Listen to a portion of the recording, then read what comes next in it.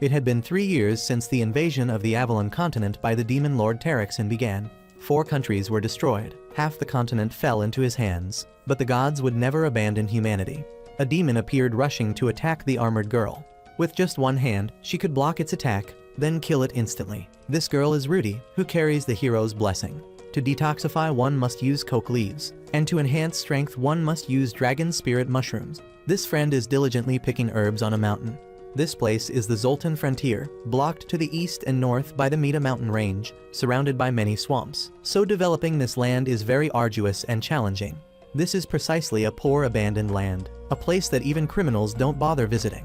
Only eccentrics drift to this place. However, this is an ideal place for this friend. After collecting enough materials, he returns to the Adventurers Guild in town.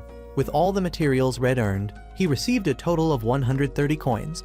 Seeing Red going to pick herbs again, the people in the Adventurers Guild begin to tease him.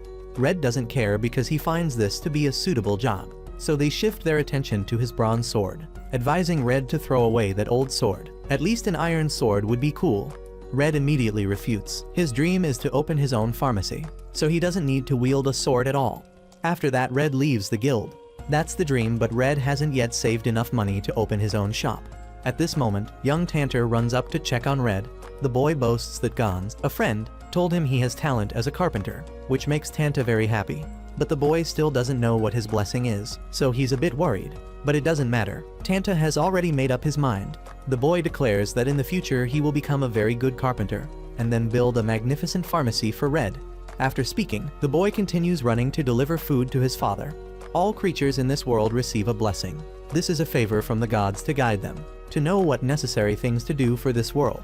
There are many types of blessings from hunter, fighter to mage and so on. Depending on each type of blessing, they will receive skills corresponding to their profession. Thinking about this, Red remembers the criticism in the past. He had once been rejected, denied recognition as a member of the team.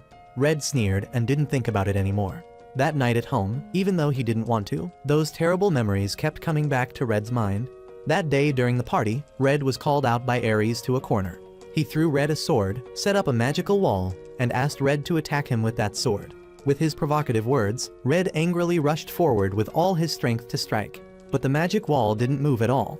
That was enough. Ares removed the spell and declared to Red that he was not his teammate. There were many ways to pierce through such a weak magic wall, yet Red couldn't do it.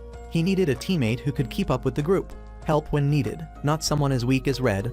In the recent battle with Desmond, Ares had observed Red very carefully, and Red completely failed to keep up with everyone. Not only that, because they had to both fight and protect Red, Rudy, the hero of the group, couldn't deal with the enemy's surprise attacks. To be fair, Ares knew very well about Red's blessing, the guide, a power given to Red since birth, giving Red the skills of a veteran knight. Thanks to that, Red had protected and guided Rudy until today. Ares was very grateful to Red for doing that, but now things were different.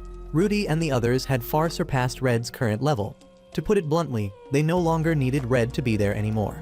Red couldn't accept that. He was still trying his best. Just hearing that, Ares angrily shouted in Red's face, "Effort is a reason leading to success, not an excuse to defend Red's weakness." Ares knew Rudy would never drive Red away, so he called Red out here to give him advice. If he didn't want to create more burden for her, then Red should leave. Being insulted to this point, Red had had enough. He accepted his fate. He was the knight captain of the Bahamut Knight team. If he was expelled now, the reputation of the whole team would go down, so Red would use the excuse of investigating the Demon Lord and never return. After that, he changed his name to Red and came to this city to live in seclusion. Although Ares was a bit harsh, what he said was still the truth. Red sat up looking at the painting on the wall. The adventures with teammates, the battles with intense tactics, now had fallen into the past. Red now had accepted his fate. In this city, he had decided to live his second life here. The next morning, Red went up to the forest again to pick herbs. His blessing gave him a few skills, including path recognition, as well as identification of various herbs. At this time, a bear attacked Red. He was about to counterattack, but then thought again. He wasn't in the hero team anymore, so he just ignored it and returned. Just as he reached the village gate, a group of adventurers was waiting for Red. Albert, the team leader, came forward to greet Red. He had heard about Red's achievements. Currently, they were preparing to go up the mountain to defeat that bear, but they didn't know the way, so they wanted to ask Red to guide them. Red immediately refused, even though they promised to help him rise to C-rank adventurer. Albert angrily scolded Red and left. Red didn't care much. He couldn't let himself stand out too much. If his identity was revealed, it would be over. That night, while sitting counting money in his room, Gons rushed over urgently asking Red to come examine his brother who had contracted white eye disease.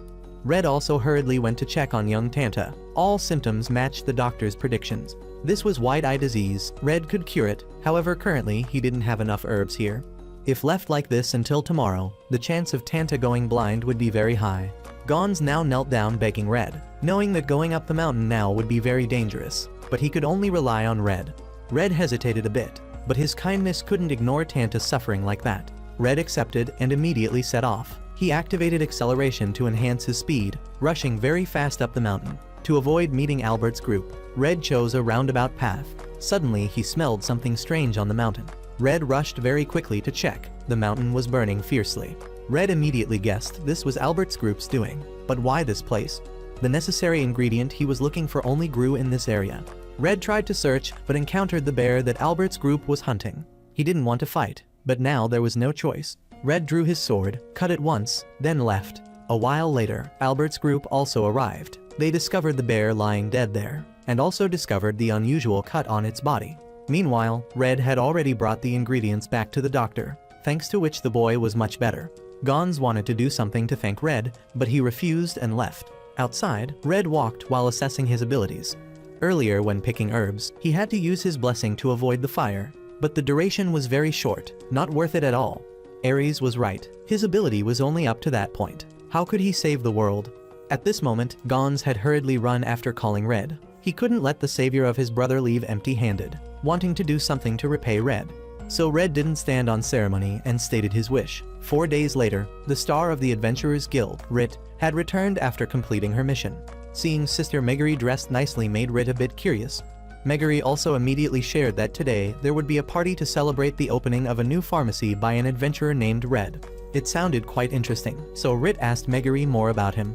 With her years of experience, Megari revealed to Rit that Red seemed to be hiding something, and she was sure Red was very strong. Highly likely he had once been a knight. Meanwhile, Red was standing looking at his new pharmacy. Gons himself had built this place for him.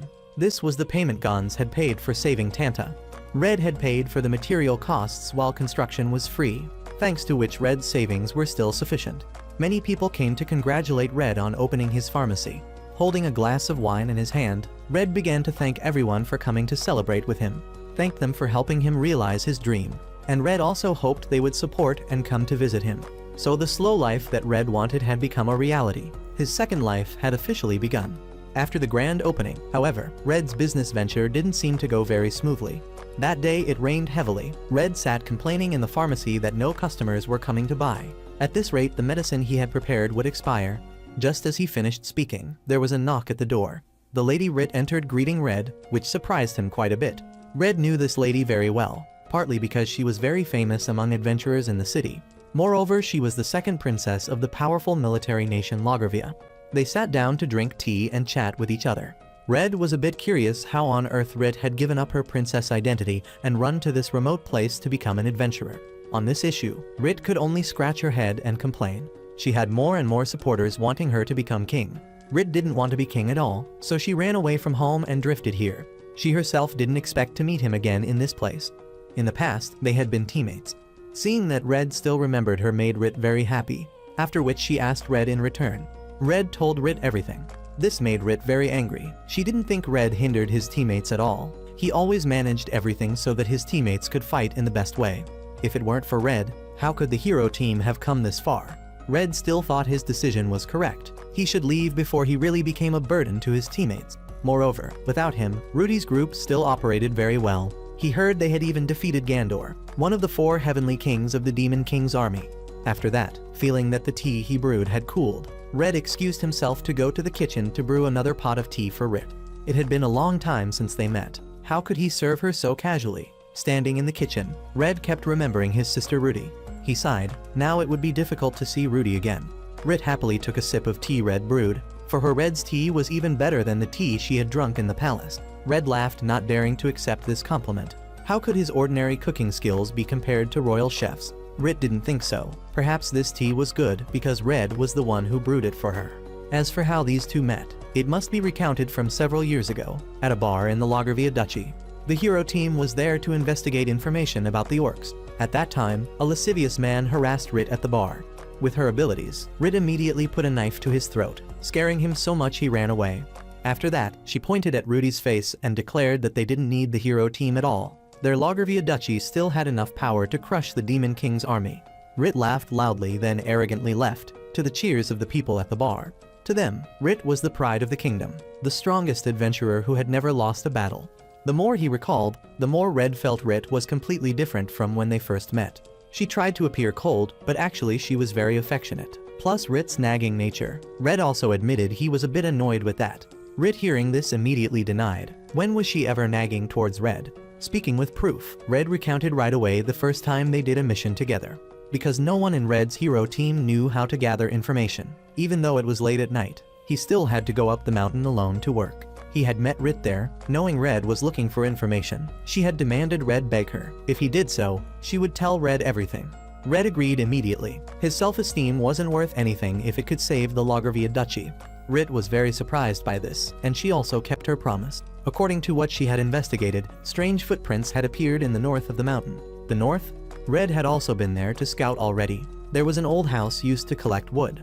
Wood had been collected enough, but for some reason they continued to cut. Plus the mysterious footprints. Red wondered where that wood had been transported to. This was also Rit's question. She had investigated, but couldn't find any traces of wood transportation. So Rit was certain they had used magic. And as for why the people didn't report it, they must have been threatened or held hostage. Goblins or ordinary monsters couldn't do that. There was only one possibility, which was the Demon King's army.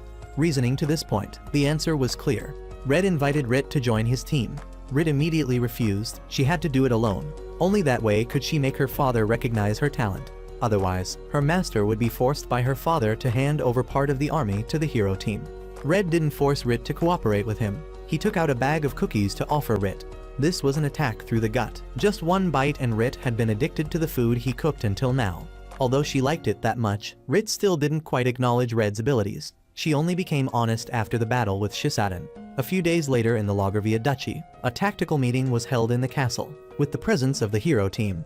According to scouts, the demon army was currently stationary, but they could attack at any time, so they needed to have a strategy to respond. Several people in the council wanted to attack them right away. The longer the battle was dragged out, the more disadvantageous it would be for them. The food reserves were almost exhausted.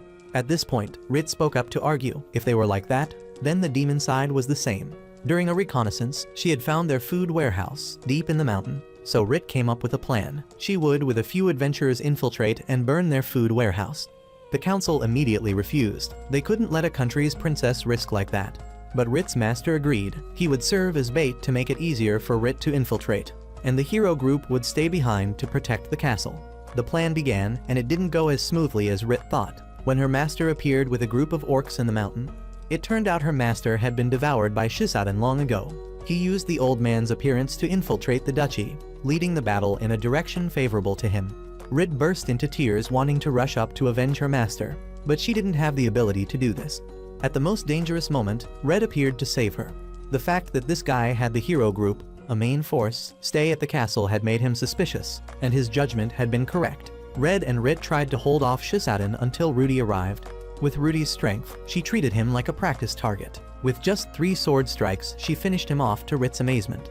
A few days later, Rit kept herself locked in her room, making Red come to comfort her. Rit's hands trembled terribly, and she burst into tears. She had seen her teammates die right before her eyes, and she couldn't do anything. Her fighting spirit had also disappeared completely. She was afraid of having to see more people leave. Red then told Rit his plan. He and the team planned to break through the enemy's encirclement, to find reinforcements for the Loggervia Duchy. However, there was no certainty the call for reinforcements would be successful, so he needed someone with a voice in the duchy, a representative as well as someone with a strong will. Rit was the most suitable person for that. Red asserted they would win this battle, as the will of Loggervia, not because the hero group was here. They had to do this to erase the stain after Gaius's death. Otherwise, after the hero group left, if the duchy was attacked by the demon group again, it would be over. Thanks to Red's encouragement, Rit regained her spirit, and they won that battle. Red and Rit chatted until late afternoon. Seeing it was already late, Red invited Rit to stay for dinner with him, and of course Rit couldn't refuse. At this time, she had spoken up asking Red to let her work at his pharmacy. Red refused right away with the reason that he had just opened the store. He didn't have extra money to hire staff. Rit thought differently. While Red went to pick herbs, who would watch the store for him? If he kept closing like that, Red would never have spare money. After that, she asked Red about some exclusive medicines in the store. Red immediately took out his proud medicine bottle. Basically, just by mixing this medicine with another medicine, it would be possible to replicate more of that medicine itself. This wasn't what Rit wanted. This couldn't be commercialized because it would cause fluctuations in the market price of medicine, and the guild wouldn't let that happen. Suddenly Rit burst out laughing, unable to close her mouth. She thought Red was a completely talented person, but who would have thought he was so clueless in business? However, this cluelessness made her want to stay by his side to help Red even more. Hearing this, Red was truly touched and agreed to let Rit work at his store. After that, their dinner took place. Red looked at Rit eating and just smiled to himself. It seemed from tomorrow his cooking would become much more enjoyable. As for Rit, she continuously requested Red to prepare new items, like a bathtub or bed. She would pay. Red didn't yet understand what Rit wanted to do, when the lady had already decided. From tomorrow, she would move directly to live at Red's house. Meanwhile, in the hero team, Ares brought a girl to introduce to everyone. This is Ties with the blessing of an assassin. From now on, she will take over Red's role in the team. From inside the tent, Rudy came out coldly greeting Ties, then let the girl know all their plans. The hero team would set off tomorrow to search for the ancient secret weapon that could defeat the demon lord. The next day, Red woke up to find himself sleeping on the floor, while Rit was comfortably lying on his bed, her chest exposed, making Red blush with embarrassment. Red went downstairs to prepare breakfast, and a while later Rit finally woke up. Sitting at the dining table, Rit munched on food while discussing plans with Red. Today would be very busy. First, she would go home to bring some paintings to decorate the store. Red didn't quite understand, so Rit had to explain further to him. The effect of artwork cannot be underestimated. With it, Rit believed their sales would increase. After that, she would go to the Zoltan Guild to apply for a permit to sell Red's new sleeping medicine. Rit also proactively proposed her salary. She only needed 30 silver coins per month, a very small amount compared to the capabilities Rit could bring to Red. This moved Red deeply. He knew she proactively proposed this so Red wouldn't feel guilty that the amount he paid her wasn't much higher. After finishing eating, they set off again. The country of Zoltan was far from the Demon King's battlefield, so this place didn't need to send expeditionary forces to scout around. A peaceful country exactly as Red wanted. But for Rit, this place was still missing something. The reason she left the Logravia Duchy was partly to follow Red and partly to experience the life of an adventurer. This simple, peaceful life made Rit feel a bit sad, but it didn't matter now. At least she was living with Red. Rit was very happy. Red felt the same way. Now they were no longer walking on the path of the hero team, but walking on the peaceful path of Zoltan City. The two went to Scott's shop. Rit happily held Red's hand, showing off to him that from now on she would live with Red, so she came here to buy a bed. Scott's face changed color when he heard this, then teased Red that he was really a lucky guy. Rit ran everywhere choosing a bed. She wanted to buy a double bed for 2 people, but Red absolutely refused, wanting her to buy a single bed. This made Scott a bit annoyed. He had just praised Red for being lucky, and now saw that Red was a coward. Since the bed couldn't fit into the space bag, Rit had to let Scott transport it to the pharmacy for her. After buying, they continued going with Red. While walking, they mentioned Scott. His shop had many customers, which was natural because he was the most famous craftsman in this Zoltan city. Red was also a regular customer at his shop.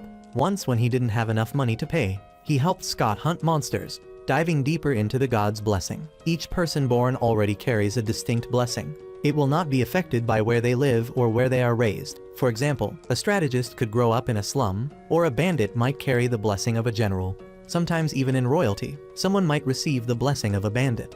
In other words, depending on each person's development, the blessing will become useful or not. However, to develop the blessing, there is only one way. That is to fight. Fight to the limit of oneself. And the blessing will also increase after each life and death situation.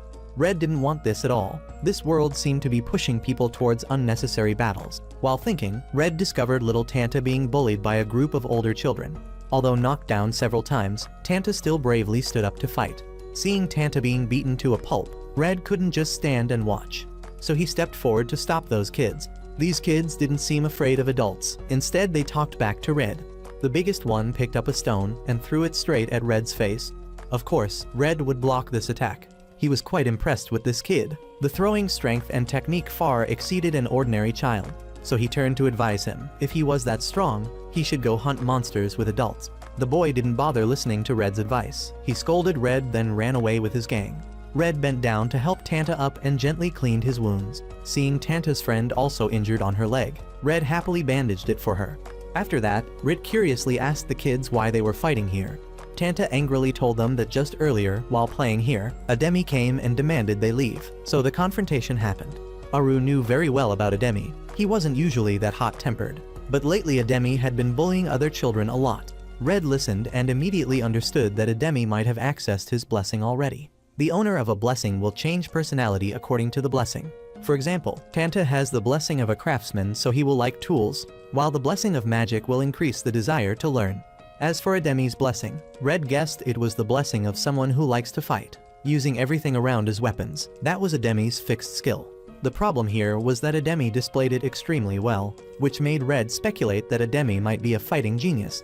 It sounds very cool, but only if Ademi goes in the right direction, using that blessing to make people respect him.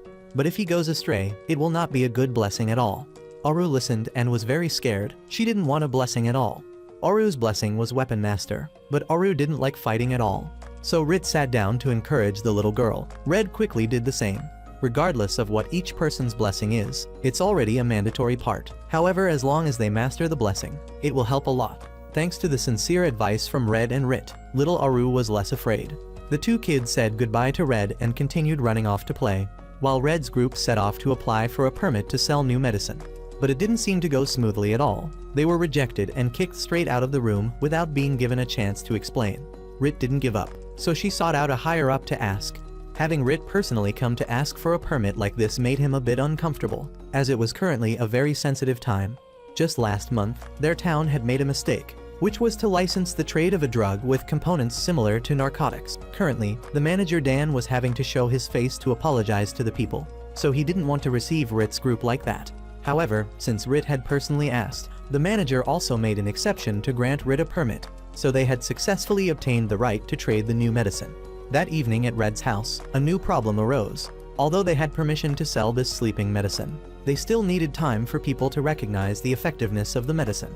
If they couldn't sell it right away, where would they get money to maintain the store? So Red needed some kind of medicine that could sell well immediately. While having dinner, Red and Rit discussed and planned. While eating the delicious food Red cooked, Rit inadvertently advised Red to switch to selling food. So an idea flashed immediately in Red's mind. He rushed straight into the laboratory to work. Normally, cold medicine has very bitter components, extremely difficult to take, but now Red would try to make it sweeter. He used strawberry jam to mask the bitter taste of the medicine, then mixed in flour and put it in the oven to create cold fighting cookies. The taste was so good, not bitter at all, making Red very confident this would be very popular. The very next morning, their marketing campaign began. Rit took on the mission of going around offering free samples, and in just a short time, their cold fighting cookies were sold out. Red happily lifted Rit up and spun her around in thanks. If Rit weren't here, Red would likely have to sit with his chin in his hands until the shop collapsed. Meanwhile, the hero group now had internal strife. The big guy Danon was tired of waiting. They kept assigning scouting tasks to Ares, but didn't get any information. How long did they have to wait? So Danon decided he would go find Red for the team. At this moment, Rudy stepped out looking at Danon, making him a bit scared, thinking he would be scolded by Rudy. But no, Rudy agreed to let Danon go find her brother. Danon breathed a sigh of relief, then sat down to discuss with Theodora about Red's departure. They themselves didn't even know if Ares had eliminated Red yet. But there was one thing Theodora could be sure of. She acknowledged Red's strength. Danon also acknowledged that, although while working together, Danon often criticized Red on several issues, but swore by his blessing that he never thought Red was a burden to the team. A man acknowledged by both Danon and Theodora must not be ordinary at all, and Theodora also believed that as long as they were here, Ares wouldn't dare to give Red a hard time anymore. A new day arrived at Red's pharmacy. He woke up on the new bed bought yesterday. Red turned to see Rit sleeping very soundly. Taking the opportunity, Red peeked at her chest. Suddenly, Rit opened her eyes to say good morning to Red, making him jump. Fortunately, she didn't discover what he had just done. The daily tasks began again. Red carried a basket to the garden to take care of his herbs, while Rit was helping him hang the bedding. Seeing Rit diligently working made Red unconsciously smile. If anyone asked if he had ever planned for a future like this, Red's answer would definitely be no. The future Red had planned was to stand side by side with Rudy to defeat the Demon King, not living peacefully in a countryside like this. A while later, Red's pharmacy also had its first batch of customers. It was the adventurer group of Oliver. Seeing Rit standing selling medicine here made everyone in the group startled with surprise. The bald-headed man immediately rushed to question Red about the reason. Red only explained briefly. Since there were acquaintances here, Rit invited Oliver to help the store buy a few bottles of medicine. Her beauty and sweet voice made it impossible for Oliver to resist. He was about to spend money buying when his teammate Xena suddenly rushed outside, making everyone have to chase after her. Looking at this scene didn't surprise Red much. Rit was the strongest adventurer in this city. Her quitting being an adventurer to sell medicine would make anyone who heard it feel confused. At this moment, Rit suddenly ran to tell Red that for the next meal, she wanted to drink honey wine. Red didn't know the reason, but if Rit liked it, he would agree. The only problem was there wasn't any at home, so Red had to go out and buy it herself. While waiting for her to return, Red began thinking about dishes that would go well with this honey wine. The doorbell rang. Red thought it was a customer and ran out to greet them. It turned out to be Albert. He had just arrived and was already criticizing Red's store for being very small. Red didn't care much about this criticism, because for him, a pharmacy created by himself, selling medicine he made to earn a living day by day was more than enough. Albert still sneered mockingly at Red. For someone who didn't even know what heaven was like Red, this was probably enough. After that, he got straight to the main issue. About the bear carcass on the mountain, Albert believed it had been killed by Red. Although Red tried to deny it, Albert still didn't believe him. The fatal cut on that bear was caused by a very blunt weapon, fitting the bronze sword that Red usually carried. Seeing Red still not admitting it, Albert drew his sword, pointing it at his face to force a confession. Right at this moment, Rit rushed in from outside the door, broke his sword and kicked Albert straight in the stomach. "What are you trying to do to my husband?" Rit gritted her teeth, threatening him. Based on his next answer, she would determine his fate. At this point, Red spoke up for Albert. Rit was still very angry and chased Albert away. She was very confused why Red allowed Albert to do whatever he wanted like that. Red calmly explained to Rit that currently he was the only B-rank adventurer in the city. The people still needed him, so how could he harm him? Moreover, Red was sure Albert would stop at the right time. He wouldn't dare go too far. Anyway, Red was very happy that Rit stood up to be angry on his behalf like that. That evening, the party with the bottle of honey wine Rit bought was ready. Sitting at the dining table, Rit happily told Red that currently the store was operating stably. Everything was fine, so she wanted to organize a party like this. However, Rit still felt something was missing. That was a bathtub. Regarding this, Red had already asked the carpenter Gons to make one for him.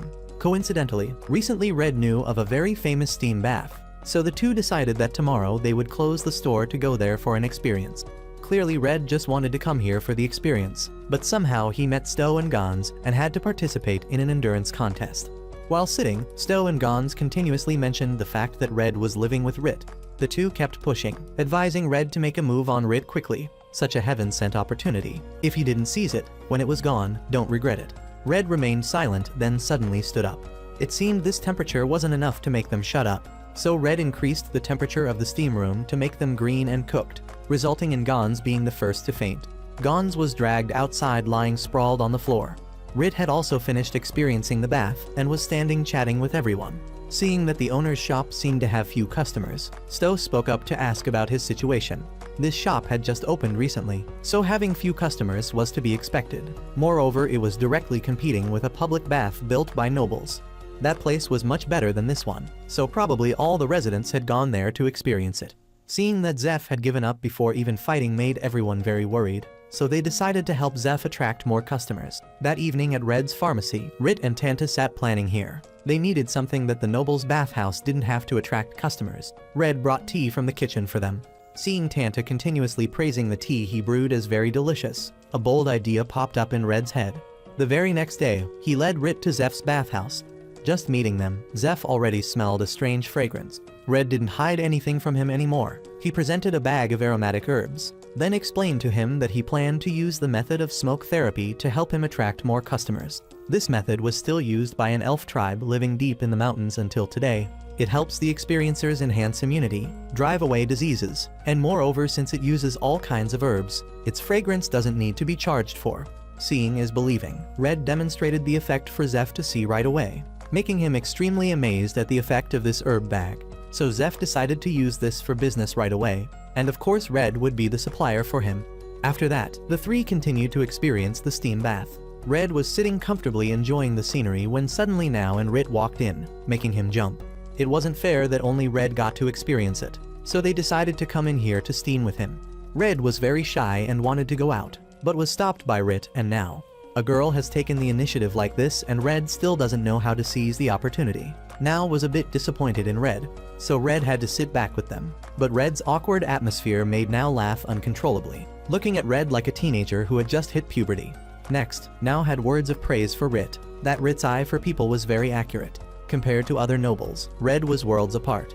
In this Zoltan city, Now believed no one was as kind and responsible as Red. Red was praised to the point of embarrassment and fainted immediately. Thanks to the new business campaign, the very next day, Zeph's bathhouse was very crowded with customers. Of course, Scott and Gons also came here to experience it. Once again, the three competed in endurance with each other, and this time Scott was the loser. After experiencing a day of steam bathing, Gon's family and Red returned. On the way, Rit suddenly revealed something to Red about her wanting to drink honey wine with him. It was a custom in the Lagervia Duchy. When two people lived together, drinking honey wine would increase affection and trust for both sides. Red just smiled back at Rit without denying the meaning Rit wanted to convey, which made Rit very happy. Meanwhile, on the hero team's side, at the most needed time, Danon had left the team to find Red like this, making Ares not happy at all. As for Theodora, she just gently sat down to chat with Ties. Surely Ties must be very disappointed with this hero team. Even Theodora now felt the same way. Initially, their team didn't think about problems like this, but since Red left, they had encountered countless difficulties, leading to a significant decrease in the team's solidarity. And Theodora affirmed in front of Ties that this team still needed Red, a leader to guide them on the paths ahead. The next day, while Red and Rit were organizing inventory to prepare to open the store, there was a knock at the door. It wasn't time to open yet, so Red was confused as he went to answer. In front of him was a group of people, led by a one-eyed man who looked very fierce. He stepped forward to introduce himself to Red, saying he was Gallatin, a high-ranking leader of the Adventurers Guild. He heard that Rit was living here, so he came to discuss something with her. Red immediately refused, saying that yes, Rit was living here, but currently she was very busy organizing inventory to prepare for opening. Mr. Gatlin didn't accept this reason from Red, saying that at the very least, he should go back and inform Rit. Whether they would wait or not would depend on her answer, not Red's. Red had to go back, though he didn't need to inform her as Rit already knew who had come looking for her. She decided to make them wait. A while later, the inventory work was completed, and Rit asked Red's permission to talk to them. Just as she opened the door, a man wearing a hat covering his face, who was with Gallatin's group, stepped forward to Red. From his bag, he took out a box. Red immediately recognized the item inside as soon as he saw it. It was an elven coin. Seeing that Red already knew, the man saved himself the trouble of explaining and went straight to the main issue. He asked Red to take this and cut ties with Rit. This coin was worth tens of thousands of silver coins. Just by selling it, Red would have enough money to maintain this store for a lifetime. And if Red wanted women, that was fine too. He promised to prepare plenty for Red every night. Hearing this, Red criticized it as too little. For him, Rit was worth thousands of gold coins, not tens of thousands of silver. And even if he were to pile thousands of gold coins in front of him, Red would have no reason to hand Rit over. Seeing that he couldn't persuade Red, the man didn't try to do anything, just reminding Red that if he changed his mind, he could come to the guild to negotiate more about the price. Meanwhile, Rit outside was also refusing all proposals from Gallatin's group. No matter how high they priced, she declared that she had already signed a lifetime contract to work at Red's store, so she would no longer be an adventurer. Before leaving, Rit still had to remind them once more, if they dared to make things difficult for Red to make him leave this town, they should watch out. Standing in the store, Red heard everything, which made him a bit embarrassed. A lifetime contract. Red immediately called Rit to him and pushed an amber bracelet into her hand. This would be the deposit for her lifetime contract. Rit was very happy and teased Red, saying that if he didn't clarify, she might misunderstand his intention. Rit's withdrawal from the Hunters Guild was a big issue, leading to actions from hostile factions against the country of Zoltan, notably a group of orcs directly confronting Zoltan. They called the guide Dill to assign him a mission. First, regarding Rit, if she had left the Hunters Guild, then nothing would hold her back. At that point, their trading might face obstacles, so he wanted Dill to find Rit's weakness for him. Meanwhile, Rit was still standing leisurely with Red. When she was in the Lagervia Kingdom, she never dared to dream that in the future, she would be living together with Red like this. At that time, her country was besieged by the demon army, and they had lost the captain of the royal guard. The country had fallen into a precarious situation. To escape the dangerous situation, they made a decision to move entirely to the neighboring country, Sunland. But to do that, they had to get past the siege of the demon army. The two countries were separated by a mystical forest. At that moment, Red proposed a plan. They would cross through the mystical forest, a place where even the demon army didn't dare to advance, let alone humans. The plan began with them first stopping at a village right next to the mystical forest. Here, Rit met Red's friend Drala, whom he often mentioned, for the first time. Her blessing was Forest Diva. With this blessing, Drala could borrow power from plants, helping them cross the mystical forest. Red assigned tasks to the group members. Danon and Theodora would stay here to protect the village, while the rest would follow him and Drala into the mystical forest. On the way, Rit kept staring at Drala and Red. They were very close, talking to each other, which made Rit a bit jealous of Drala. She was a princess too, so why couldn't she be as comfortable next to Red as Drala? At this moment, Rit noticed Rudy's gaze. Although the girl didn't say anything, it seemed like Rudy could guess all of Rit's thoughts about her brother. Suddenly, Drala ran down to grab Rit's hand, saying she knew there was a very cool stream ahead, so she wanted everyone to stop so the girls could go bathe. Without giving Rit a chance to refuse, Drala had already pulled her away. Ares didn't want to stop at all. Seeing this, Red spoke up to explain to him. From the beginning, he had promised to follow all of Drala's guidance, so if she wanted to stop here, they had to comply. Drala and Rit happily bathed in the stream. Suddenly, Drala spoke up asking Rit. She knew very well that Rit liked Red, but Rit's tendency to get embarrassed and angry was what prevented her from being comfortable beside Red. So Drala gave her some advice. She should express her feelings to Red. There was nothing to be embarrassed about, or she could express it in a joking way. At least that would make her and Red feel more comfortable around each other. Rit thought Drala also liked Red, but Drala affirmed that wasn't the case. The elf tribe had a much longer lifespan than humans, so Drala couldn't be Red's lover. She went around behind Rit to encourage her not to worry about that issue. She was just Red's trustworthy teammate. As for Red, he was someone who always sacrificed himself for his teammates. This had been happening for a very long time, so Drala had always hoped that one day, Red could live for himself, enjoying the happiness that he should have, like living with a lover for instance. Drala acknowledged Red's abilities. He was always relied upon and trusted by his teammates, but that very thing put pressure on Red to do everything. Drala really wanted to help Red, but she couldn't do it. Now that she had met Rit, someone suitable for Red, Drala believed that if Rit stayed by Red's side, the two would definitely support each other. Saying this, Rit had already dared to be honest with herself. In front of Drala, she had dared to declare that she liked Red, and would definitely be by Red's side when he was most troubled. The next day, they all continued on their journey. Just as they were about to exit the mystical forest, Drala discovered something was wrong. Outside the mystical forest were scouts from the demon army. Red immediately understood. It seemed like Ares's mercenaries had been bribed by the demons to leak information. Red stepped up with binoculars to scout. It wasn't just that. Another demon troop was also heading here. They had to act immediately before the entire forest was surrounded. So Red took on the mission to divert them, while Rudy and Rit would be responsible for breaking through the encirclement. Rudy completely trusted her brother and agreed to this plan right away, but Rit didn't. At this point, Red stepped forward to pat her shoulder and encourage her. There was nothing to worry about. He had always been like this and wouldn't do anything beyond his capabilities. Because the demon army suddenly appeared in the mystical forest, the Sunland Duchy had also deployed troops to set up defenses, so finding help would be easier for them. But Rit was still very worried about Red. While walking, she just kept praying for Red's safety. Suddenly, Rudy called out to Rit, saying the rest was up to her. Immediately after, Rudy alone charged straight into the demon army. She killed all those who dared to target her, to Rit's amazement. They fought until late afternoon when victory finally belonged to them.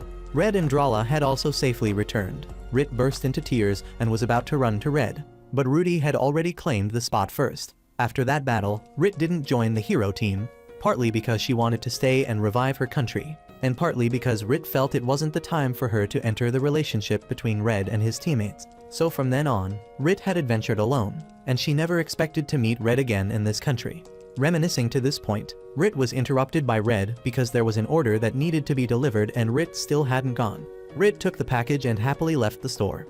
At this moment, Dill appeared, wanting to propose to Rit. This guy knew Rit's princess identity, so he threatened her. Either return to being an adventurer, or return to the Loggervia Duchy. There was no way Rit could live peacefully with Red. Hearing this, Rit remained unfazed, kicking him in the stomach and declaring that she didn't need power, fame, or status. She was willing to give up everything in the Loggervia Duchy just to live with Red. After saying this, she ignored Dill and returned home. Meanwhile, in the hero team, Rudy was curled up in her tent, unable to sleep. Since her brother left, Rudy had always been like this. Recalling the moment when Ares came to report that Red had left the team, Rudy already knew clearly that he had driven her brother away. Rudy angrily punched a hole in Ares' stomach immediately, but when she remembered the responsibilities of a hero, she had to save him. She needed him to defeat the Demon King. She thought that being without her brother would be fine, but now Rudy realized she was wrong. It was so empty without Red, and Rudy was sad. The next day, Red continued with his work. He delivered medicine to Dr. Newman's clinic. Almost everything was sufficient except for bloodthorn, which Red couldn't find because this year's harvest wasn't very good. Right at this moment, there was a strange noise coming from outside the clinic. Red and Dr. Newman immediately ran over to check, only to see Jackson lying with his tongue out on the floor. Dr. Newman hurriedly examined him, but it seemed the situation was becoming very bad. Jackson's heart rate was too high, so Red handed the doctor a bottle of antidote, brewed by him from gray stargrass. Red had never taken any medical courses, but his first aid skill had already reached master level. So Dr. Newman half believed and gave Jackson the medicine Red provided. Then they carried Newman to the clinic. Thanks to timely care, Jackson had overcome the crisis. The doctor breathed a sigh of relief and turned to tell Red the cause. Jackson had a drug overdose, but he himself didn't expect the medicine Red gave to be effective. He predicted that in the future, the number of people with drug overdoses would increase, so it was safest to ask Red to prepare antidotes in advance. Red agreed and then returned to the pharmacy. Rit was starving, making Red have to go to the kitchen to cook for her. Sitting at the dining table, Red told Rit everything. He mentioned the type of drug that had been licensed recently. He didn't know who had smuggled that drug into the city, but that wasn't Red's responsibility. His job was just to provide medicine to Dr. Newman. After that, Red suggested to Rit that they go to the stream to play in the water and have a BBQ. Of course, Rit would agree immediately. The two rented a dragon as their transportation. Since Rit had already worn her swimsuit underneath, as soon as they arrived, she jumped right into the stream to play in the water. They played by splashing water at each other before going to grill BBQ. At times like this, Red was very awkward, not knowing what topic to talk about. Rit was also very quiet. The two looked at each other and spontaneously laughed out loud. Red thought Rit was an expert in this area. Who would have thought she was just like him? It was because at the pharmacy, Rit was usually the one to initiate conversations. Rit also opened her heart to Red right away. It was because she had made up her mind beforehand, so she was that active. In reality, Rit was also very afraid that Red would reject her proposal. Moreover, now that she was living with him, no matter how hard Rit tried to flirt with him, Red still kept a straight face, as if he only considered her a friend. Red immediately grabbed Rit's hand to deny that. It wasn't that he was keeping a straight face, but just because otherwise, both would be very embarrassed. The romantic atmosphere increased, and Rit once again took the initiative to kiss Red. Meanwhile, Rudy's group had crossed the desert. According to Ares' information, right in front of them was a relic from the time of the previous Demon King. Ares was quite sure the weapon that could defeat the Demon King would be in there. Before entering the relic, Theodora advised them to prepare once more. Thais eagerly ran to a nearby oasis to get water. Rudy also followed her. When alone with Rudy, Thais awkwardly wondered about some issues with Rudy. There had been several times when Thais peeked into Rudy's tent, but never saw Rudy sleeping. Rudy also explained clearly to Thais. Thanks to the hero's blessing, Rudy didn't need to sleep. Eating and drinking were the same. She had the ability to resist everything, including human physiological issues. At this moment, a desert sandstorm blew past. Rudy just stood there as if she were an emotionless person. Meanwhile, Red and Rit had finished relaxing and returned to the store. Rit brought up the drug issue again. The Adventurers Guild had provided her with information. The number of people using the drug was trending upward, and when using that drug, it would turn the user into a different person. Right at this moment, a severely injured person rushed into Red's store begging for help. Looking at his wounds, it seemed they weren't from an accident. So Red stayed to provide first aid while Rit went outside to check the situation. The scene before her eyes made her very confused, as one of Albert's teammates was massacring the city's residents. Seeing Rit arrive, he immediately switched his target to her. As far as Rit knew, this guy wasn't strong at all, but now he was attacking her with an incredibly sharp killing intent, making Rit have to draw her weapon to fight back. Two more guys also appeared to attack Rit. She didn't want to kill them, just tried to knock them out. But somehow, Albert appeared from somewhere with a crossbow in his hand, shooting each of them in the head. It wasn't necessary to kill them like this. Rit angrily pointed her sword at his face. She had wanted to eliminate this guy for a long time, But in the end, Rit still spared him. After the incident, Rit returned to report to Red. Red had thought a lot, but the only possibility for them to become so crazy was drugs. Rit thought the same because that guy couldn't be that strong, even if one tried to exaggerate. At this moment, Tanta and Aru came to Red's house to play, so he invited the two kids to stay for lunch with him. During the meal, Aru told Red that yesterday she had already accessed her blessing, but hadn't felt the blessing urging her to do anything yet, which made Aru very worried. Aru's blessing was Weapon Master. According to Red's guess, it might be that Aru wasn't interested in any type of weapon yet, so the blessing wasn't urging her. But continuously keeping this anxiety in her heart wasn't a good way, so Red advised Aru to get familiar with daggers. Since Aru's father was working as a dismantling worker at the port, getting familiar with daggers would help Aru assist her father, killing two birds with one stone while also removing her anxiety. After lunch, one of Albert's teammates personally came to apologize to Rit on behalf of the team leader. Leah recounted everything that had happened recently. Albert was very active, accepting many missions in the guild. But Albert's activeness made the team members feel uncomfortable because those with ordinary blessings couldn't keep up with Albert. Red knew very well what his blessing was. Champion, a blessing in the same class as the hero blessing. This blessing urged the owner to become stronger, to make their name in history. But it seemed Albert couldn't control it, so he had drifted to this remote city. Leo was very afraid Albert would leave this place, but Red was quite sure he wouldn't do that, because Red understood that Albert was also trying to become a hero of this country. That night, a very big storm fell. After checking that all windows were closed, Rit happily sat drinking tea with Red. Red treated Rit to an extremely delicious honey milk that he used to make for Rudy when she was little. Red remembered that day, which was also a very rainy day. Normally, children would cry because they were afraid of storms, but Rudy still didn't have any emotions. At this moment, Red had used the excuse that he was afraid to ask to hold the little girl's hand. It was just an excuse, after which Red had taught Rudy many things. People smile when they're happy, when they're sad or bored. They do meaningless things, and now Red was doing the same. Rudy also understood Red's meaning very quickly. The little girl stood up and hugged him from behind. For the first time, Rudy smiled and hoped Red would stay by her side forever. This, Red couldn't promise. He needed to leave to learn to become a knight. Only then could he accompany Rudy on her journey to become a hero. Of course, when he had free time, he would bring gifts back for Rudy, and that gift was this honey milk. Thinking about this, there was a knock at the clinic door. Red ran to open it and saw Dr. Newman carrying little Aru, her head covered in blood, to him. Red quickly put little Aru on the bed to care for her. There were pebbles around the wound, making Dr. Newman guess that perhaps the wind was too strong and hit the little girl's head. But why would Aru go outside during such a storm? At this moment, Aru regained consciousness. She frantically begged for help, saying a demi had come to her house with an axe and attacked her parents. Red grabbed a lamp and rushed to Aru's house. Fortunately, Gons and now weren't in life-threatening danger. Perhaps they were just punched, but this case wouldn't end so simply, since Ademi was the son of the guard captain, and after the incident the boy had disappeared. The residents in Aru's neighborhood had stood up to protest against the guards covering up for that kid. The guards didn't respond at all, just prevented them from advancing too deep inside.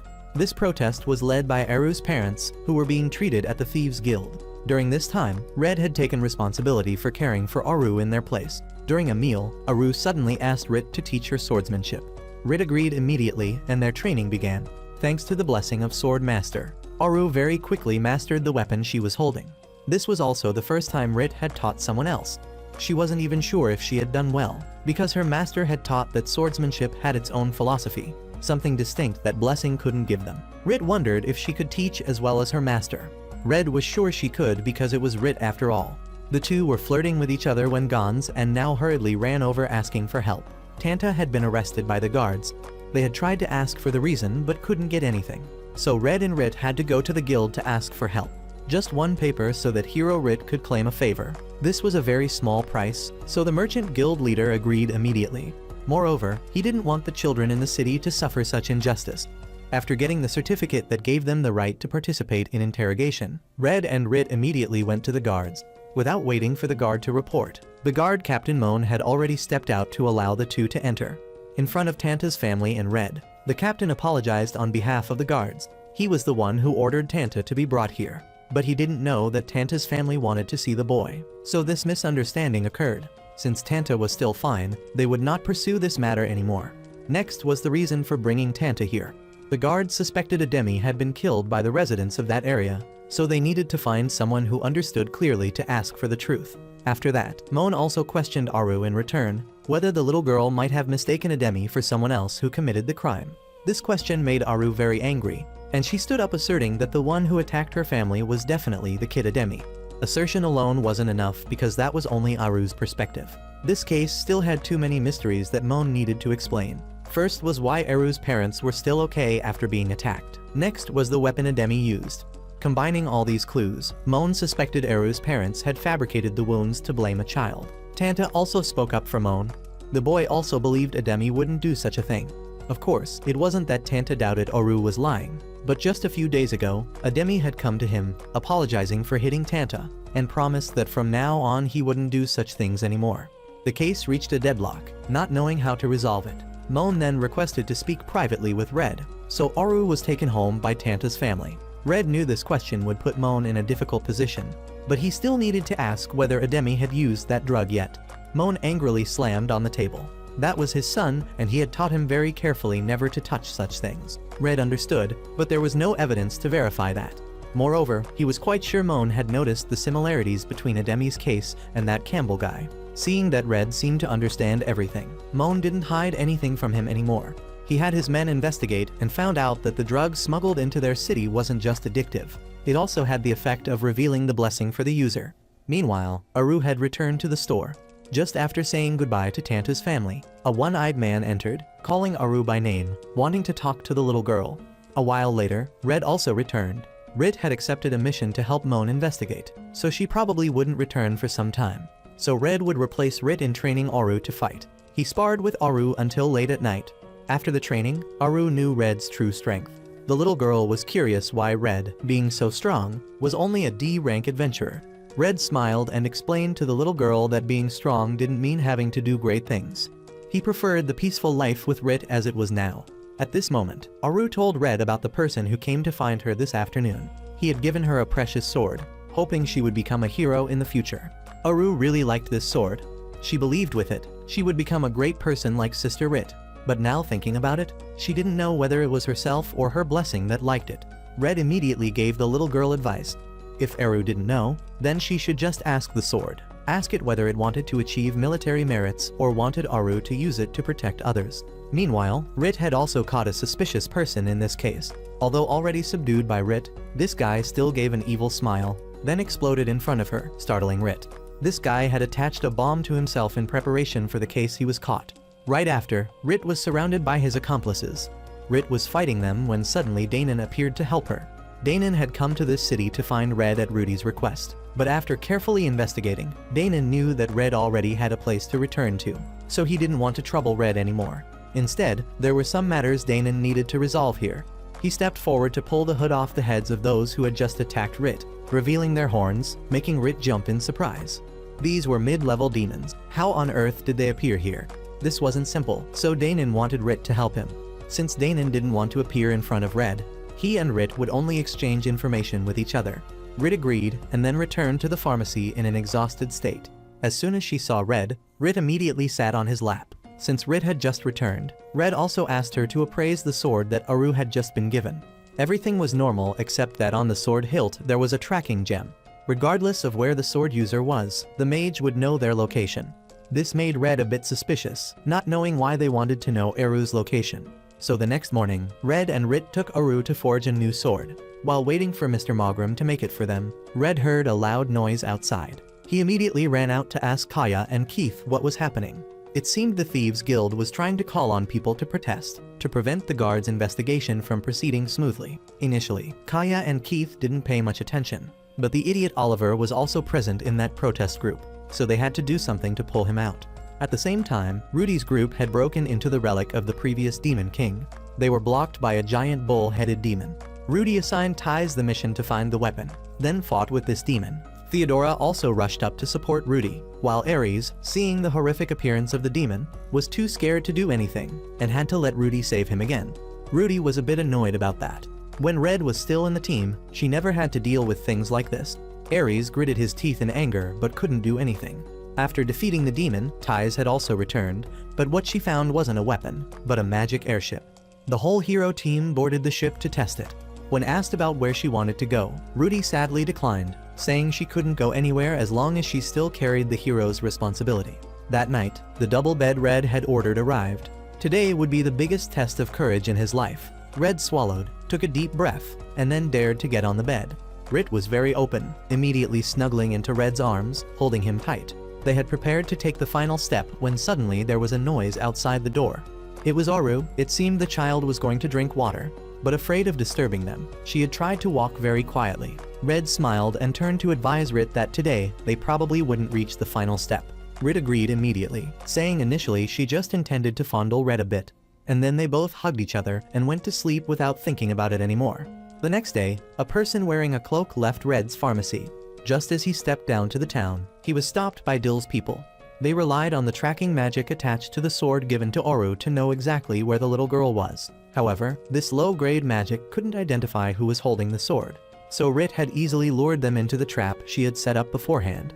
All gathered in one place like this made it more convenient for Rit to handle. Very quickly, Rit had knocked out Dill, with only one more left. But Rit only needed a look to recognize that this one wasn't human. Seeing that Rit had discovered this, the guy didn't hide his identity anymore.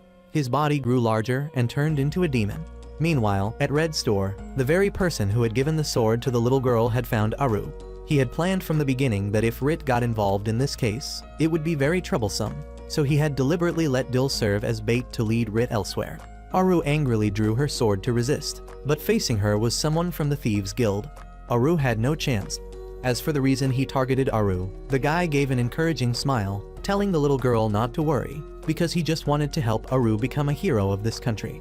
Aru was then taken to meet a green-faced orc. He wasn't a resident of this Zoltan country, but grew up in the slums in the Dagon Duchy. Currently, he had become someone that even the Zoltan government didn't dare to touch. However, for him, this was too little. He was very confident in his ability to climb higher. His goal was to change this city and become the leader, and to serve that purpose, he had spread a demon drug, brewed from the hearts of demons. Normally, the goddess Demis only gave each person one blessing, and they would have to live with that blessing until the end of their lives. Unfortunately, the blessing often wasn't as desired by each person. For example, he had the blessing of Torture Master. Would he have to live in a dark prison full of blood and urine? He would never accept such a fate, definitely not. And he had found a new truth. This demon drug would give the user a new powerful blessing, allowing them to rise above themselves. Everything had been fully prepared, now just needed a spark to burn everything. The key here was Eru. After that, this guy ordered the soldiers to bring a demi in. Outside the training ground, many soldiers and adventurers were present. The leader led Aru out, standing from above to begin his speech about the case of Aru's family being attacked. The culprit was a kid that even the Zoltan guards couldn't catch, and the reason was only one. That kid was the culprit and Captain Moan was covering for his son. To make others believe his words, this guy had even bribed 2 people in the guard to stand in front of everyone and confess they had covered for a demi. Everything had been clarified. Now was the time for his revolution to begin. This guy immediately took out a sword and gave it to Aru, then invited the little girl to take revenge on a demi for her parents. This shocked Aru greatly. Did this guy want her to kill a demi? But hadn't he instigated a demi to do that? Hearing this, he still calmly denied it. Yes, he had given a demi the demon drug, but that was all. Attacking Aru's family was entirely a demi's spontaneous action. Now a demi had up to 2 blessings in him. If Aru killed a demi, her blessing would be greatly enhanced. Evil thoughts began to flash in Aru's head, but in the end, how could Aru harm her friend? However, it wouldn't end so simply. A demi, as soon as he saw an axe, the blessing of the demon urged the kid to want to kill Aru. Fortunately, at this moment, Red appeared, knocked out the kid, then carried Aru and ran away right in front of the leader. After that, Red had given a demi a medicine brewed from elf herbs, which helped temporarily stop the rampage of the demon blessing. View also appeared at this time. Red handed the 2 kids to View, then faced the leader's arrest alone. Albert was also present here. He drew his sword and rushed to slash Red. Red only dodged, but this was enough to surprise Albert. Now Albert had confirmed that it was Red who had defeated the bear before. Meanwhile, the leader was still just standing behind Albert observing. His appearance here also somewhat revealed his identity, and he didn't want to hide from Red anymore. This was just a human disguise. He was a contract demon. This Albert wanted to become the king of Zoltan, so he would help Albert achieve that. Albert at this moment suddenly became angry, shouting in Red's face. He was tired of this town already, a town full of lazy people who didn't want to do anything. Would he have to live his whole life in such boredom? So an idea flashed in Albert's mind. He wanted to change this town, turn it into a military nation that could fight alongside the hero against the Demon King. If he could achieve that, even signing a contract with a demon would be no problem. After that, Albert invited Red to join him, to change this town together and become a hero. Red immediately refused. He didn't want to be a hero, but just wanted to open a pharmacy with Rit. Right after, the merchant guild leader had led soldiers to surround Albert. Knowing his moment of defeat had come, Albert still firmly didn't want to stop. If defeated, at least it should be at Red's hands for it to be meaningful. Albert rushed up to attack Red, only for Red to cut off his hand. Meanwhile, Moan and Rit had come to suppress the rebellious protesters. View had also brought Aru and Ademi before them. Everyone became angry when they saw Ademi and advised little Aru to take revenge for her family. Of course, Aru would refuse. She had investigated carefully and discovered that the Ademi who attacked her parents was just a demon in disguise. The Ademi standing here was real.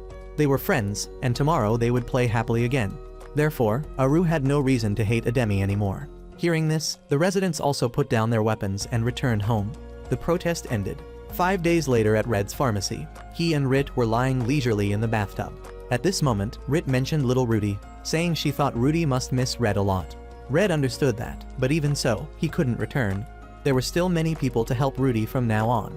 But for Red, there was only one Rit. He couldn't leave Rit and return to the old mistakes of the past. Meanwhile, the protest leader was now imprisoned. At this moment, the guard brought View in to meet him. Immediately, this guy discovered that View was just disguising as a human. His true identity was actually the 4 heavenly King Shisaden. View immediately grabbed Belial's neck and lifted him up. This time, View came personally to question why Belial dared to reveal the demon drug. It was a drug forbidden by the gods, yet he dared to reveal it outside, so he must be punished. Of course, Belial couldn't accept his fate so easily. He broke free from View and returned to his true form, rushing like flying to the prison where Albert was being held. Albert had signed a contract with him to fight against the Demon King until the end of his life, so there was no way this prison would be the end for Albert. Then he rescued Albert, planning to take him before the hero to join the team. The next morning, Aru had begun the first adventure of her life. Although it was just an E-rank adventurer group, Aru was still very happy to have her friends. Red and Rit went all the way to see the little girl off. Watching Aru's back as she left made Red exclaim that it felt like they were taking care of their own child. Early the next morning, Ares looked in confusion at the airship they had just acquired from the ancient relic flying away.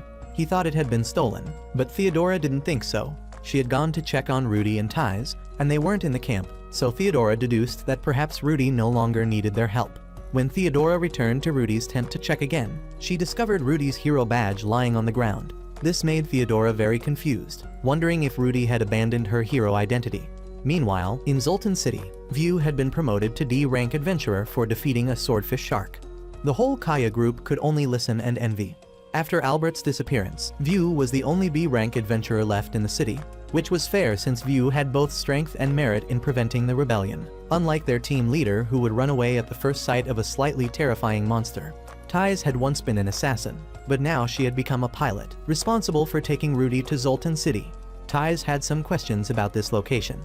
Rudy then took out a bag of medicine. Last night, Belial had brought Albert to meet her. In front of Rudy, Belial swore that he had no hostile intentions toward Rudy. On the contrary, he greatly worshipped the creator god Demis. After that, Belial took out the demon drug and explained to Rudy that this was an extremely useful medicine.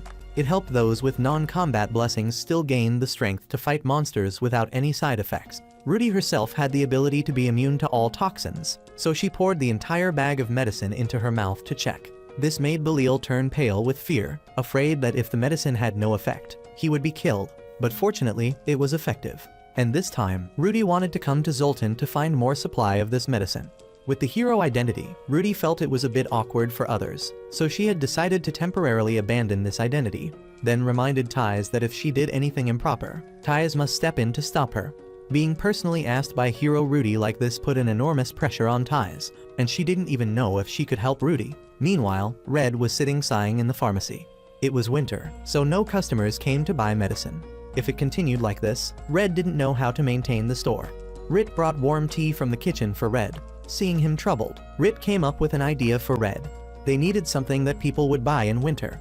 If it were in the Loggervia kingdom, Rit thought it would be heating bags. However, to make heating bags, they would need an alchemist. On this issue, Red already had a solution. When he was still in the hero team, He had learned how to create heating bags without needing an alchemist. With this idea, Red immediately set to work. Afterward, Red took his heating bags around the city to offer people to try them. Gons, Scott, or Dr. Newman were all lucky ones to use Red's first batch. It went very smoothly, and it wasn't until evening that Red returned. He was shivering with cold on the way when Rit ran to meet him. Seeing Red cold, she took off her gloves and placed them on Red's face. That warmth moved Red deeply. At this moment, it suddenly started snowing.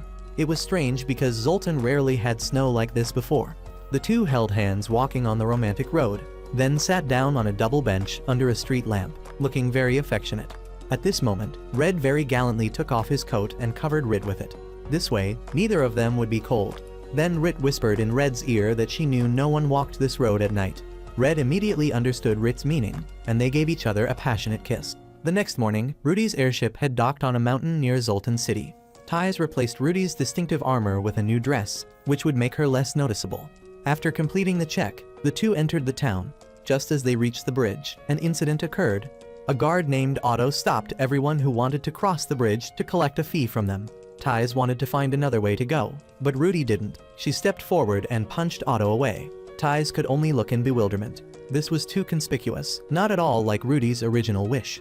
A while later, when Otto was warming himself by the shore, Red was also crossing the bridge. Seeing Red looking gentle and easy to rob, Otto immediately rushed up wanting to steal Red's clothes.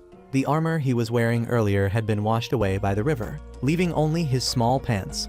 He picked the wrong person to mess with, and so his last small pants also followed the water away. That night, Rudy brought back the corpse of a monster to the guard. According to her, these were very dangerous, so to be safe, she had taken it down before it could harm the residents. Once again, Rudy stood out, and Ties didn't know how to advise the girl now. She quickly took Rudy away, then began to seek information about that demon drug. It was late at night when Red returned, just as the guard had finished his shift. Seeing Red, he immediately invited Red to go drinking with him. Ties wandered around the city, not knowing where to find information now.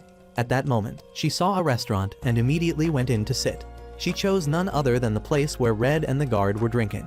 Just seeing Ties once, Red had immediately judged that she was very strong. Ties was the same. Although Red had used long clothes to hide it, she still discovered that there were many scars on Red's body. Both ate very quickly, then went their separate ways. Having obtained an important piece of information, Ties returned to report to Rudy, wanting Rudy to be more careful because this person was very strong. Before meeting again, Ties had to investigate more to confirm whether Red was a friend or foe to them. According to Rudy, cooperation would be difficult because she came to this town to find the alchemist who could make the demon drug. It seemed this person was being imprisoned in the dungeon, so Rudy decided to go and break into the prison. The next morning at Red's store, a little dragon had come to find and ask Red for help. Meanwhile, Rudy began to go around the prison to check. As she went, she wondered if her brother were here. How would he act? Rudy still remembered a bit of Red's working style. To break into a prison guarded by soldiers carefully, they first had to understand clearly how the prison operated, what the shift schedule of the soldiers was like. So Rudy sat right down on a bench nearby for convenient observation. The more she thought, the more she missed Red. She wanted to talk a lot with her brother. Rudy's determination rose. She swore that somehow she must meet Red again. At this moment, Red and Rit followed the little dragon to a fairy village deep in the forest, near the city to treat a water spirit suffering from insomnia recently. Red sat down to look over once, and he immediately realized this wasn't a disease, but she was being affected by a curse. Only after Red mentioned it did Faye immediately check again. Currently, she couldn't even control water. Perhaps this curse had penetrated very deeply into her body already. So Red gave her a bag of medicine. He had experience treating these curses already, so Faye just needed to follow his treatment method, and she would recover. That night, Rudy had caused a big commotion and broke into the cell of the alchemist Godwin, demanding him to brew the demon drug for her. Godwin looked at Rudy's soulless face and empty eyes and turned pale with fear, hurriedly begging Rudy to spare him, promising to do everything. A long night passed. The next morning, Rudy waited for Ties to wake up before beginning the next step of the plan. Godwin was currently sick, so Rudy wanted to cure him first. But since Rudy couldn't reveal her hero identity, she wouldn't use healing magic for Godwin. Instead, giving him medicine would be a safer option. So Ties immediately recommended to Rudy a very famous pharmacy in this Zoltan city. It must surely be Red's pharmacy. Just as Red was selling heating bags to Gons, Rudy had entered the store. The two stared at each other, seemingly very surprised. Rudy immediately rushed over to hug Red tightly, calling him brother, which greatly surprised Gonz and Ties. The fact that he had left the hero team, changed his name, and moved to this town to live was beyond their imagination. Red had to close the pharmacy today to receive his sister. Gonz also left right after. Rudy was a bit worried that Gonz would go around gossiping, but Red was sure Gonz wasn't that kind of person. After that, Ties reintroduced herself to Red. She had transferred to the hero team to fill the vacancy Red had left. Red also apologized to Rudy for leaving arbitrarily like that. He recounted everything that had happened to Rudy, and she understood. She had known from the beginning that Ares had driven her brother away. Rudy hoped Red would return to continue exploring with her. Without Red leading, the hero team had made no progress at all. To bring Red back, Rudy was willing to kick out that Ares, that irresponsible person who was confident without basis, which led to the team's dissolution. Drala had left the team because she thought Ares had killed Red, and Danon had set out to find him to return. Red was a bit surprised by this. He thought the hero team was still fine since he left. Who would have thought it had scattered to that extent? However, even so, Red still decided to stay in this city. He had found his goal and meaning of life here already. At that moment, Red also returned. Seeing Rudy sitting comfortably in the pharmacy, she panicked. Ties sat watching the two and also felt extremely pressured. Red ran into the kitchen to brew tea for them. Rudy then explained clearly the reason she came to this city for Rit and Red to understand. First, she wanted to find her brother, and second, she wanted to find someone with terrifying knowledge to destroy the Demon King. The second goal had been accomplished, so temporarily she didn't have to do anything more. Rit looked up at Red anxiously, not knowing what Red's choice would be. Red just smiled and encouraged Rit. He would still stay in this town, continuing to be the pharmacy owner with Rit. Hearing this, Rudy also immediately declared to everyone that she too would stay in this city, then asked permission from Red and Rit to return to the inn to rest first today. Red stepped forward to pat his sister's head. As long as Rudy stayed here, his pharmacy would always welcome her. Just as she stepped out the door, a pain came to Rudy, perhaps because she had declared she would stay at this pharmacy. As for Rit, she went to where Red was standing with countless thoughts. She knew saying this wasn't the desire in her heart, but the truth was that Rudy needed Red, needed him to be able to destroy the Demon King and keep peace for this world. Red understood that Rudy's decision to stay in this town was a big deal, but he had decided not to leave, so he would find a way to persuade Rudy later. That night, Ties returned to inform Godwin that they would continue to live in the town. This made him very worried because he was currently a wanted criminal, but facing Ties, his complaints wouldn't do any good. After that, Ties returned to the room to advise Rudy. Staying in this town indeed wasn't good, and moreover, for Godwin to be able to brew the medicine, he needed a proper research room. Rudy had already thought of this and gave Ties a mission. She heard that near where they landed the airship, there was an ancient elf relic. Rudy wanted Ties to find that place and use it as a shelter for them. Just as Ties began to ask Rudy why she chose that place, Rudy suddenly stood up. Rudy's soulless expression made Ties fearfully back away quickly, thinking she had angered Rudy. She unconsciously drew her knife in defense, but Rudy had no intention of harming Ties. Rudy sadly tried to explain to Ties. After that, Ties was stunned to realize that the person in front of her, a hero carrying the strongest blessing of humanity, had such a face, a confused face not knowing how to explain when making teammates worry. Due to too much worry, Ties had unconsciously drawn her knife in defense. She had to quickly throw away the dagger, then brought out her beloved spider Yujuj to introduce to Rudy, to let the two become friends. The misunderstanding was cleared right after that, and now Ties was very proud that she had become a friend of the hero Rudy. Meanwhile, at View's house, he was also searching for the ancient elf relic. There was something he needed to find in that ancient relic. The next morning, Rudy and Ties came to Red's pharmacy again. This time, she and Ties took on the responsibility of receiving customers, but because Rudy's face was too scary, she only scared customers away. So Red invited Rudy to go down to the city with him, leaving Ties and Rit to watch the store. The first place Red took his sister to was Mr. Zeph's steam bath. Like everyone else when seeing Rudy, he was also very scared, but he quickly regained his composure and apologized to Rudy. After a refreshing steam bath, Red and Rudy downed a whole bottle of fruit juice and sighed with relief. At that time, people in the bathhouse began to approach Red. They recounted to Red what they had just seen from Rudy. All the steam on her body after finishing the steam bath, Rudy just needed to shake slightly, and it all disappeared, which made them both surprised and amazed at this ability. Leaving the bathhouse, Rudy inadvertently apologized to Red for being too conspicuous. Red didn't think Rudy was at fault at all. In this city, no one would scrutinize what Rudy did. He stepped forward to pat his sister's head encouragingly. Being able to stand in front of others and introduce Rudy as his sister was already happiness for Red. After that, Red held Rudy's hand, wanting to take her to the market to play. At this very moment, Rudy had a wish. She wished that she could live forever with Red like this. But she was someone arranged by the gods to become a hero. Then to whom would her wish be entrusted? Meanwhile, Ares and Theodora, after interrogating Albert, had also found where Rudy had gone. Seeing that this Albert currently had no life left in him, Theodora kindly sat down to enlighten him. The gods gave humans blessings, but they didn't necessarily have to follow those blessings. Each person had their own will and way of living. Albert's defeat by someone strong but not wanting to become a hero was a very understandable thing. That evening, Rudy and Ties had dinner at Red's house again. Red boasted to his sister that his house also had a bathtub, and advised Rudy to go in and experience it. Rudy wanted to invite Red to bathe with her, but now they were both grown up, so they couldn't do that. So she switched to inviting Red. Ties immediately stood up asking to join the bath, partly because she liked bathtubs, and partly to keep an eye on these two people, because love could turn into a weapon to kill each other. Sitting in the bathtub, Rudy shared with Rit the time she lived with Red. Her first battle took place when Rudy was only 5 years old. She was just a kid, but because she carried the hero's blessing, Rudy couldn't ignore a monster kidnapping another child.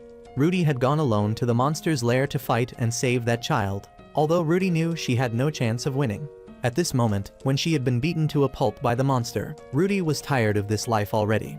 What kind of life was it where she was only shunned by the residents, just because she was too strong? It was so harsh. Rudy wanted to give up, but if she did, she wouldn't be able to see her brother again.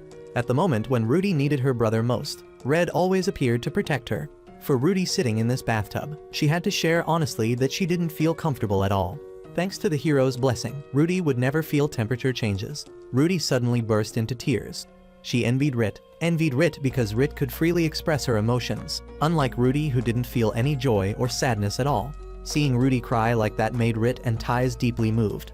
As someone in the hero team, how could Ties leave Rudy like that? So the little girl had a new goal for herself. The person who could save Rudy's emotionless body could only be Red, and she would become a guide for the two of them. After the bath, Rit had recounted everything to Red. Once again, Red had to thank Ties for agreeing to be his sister's teammate.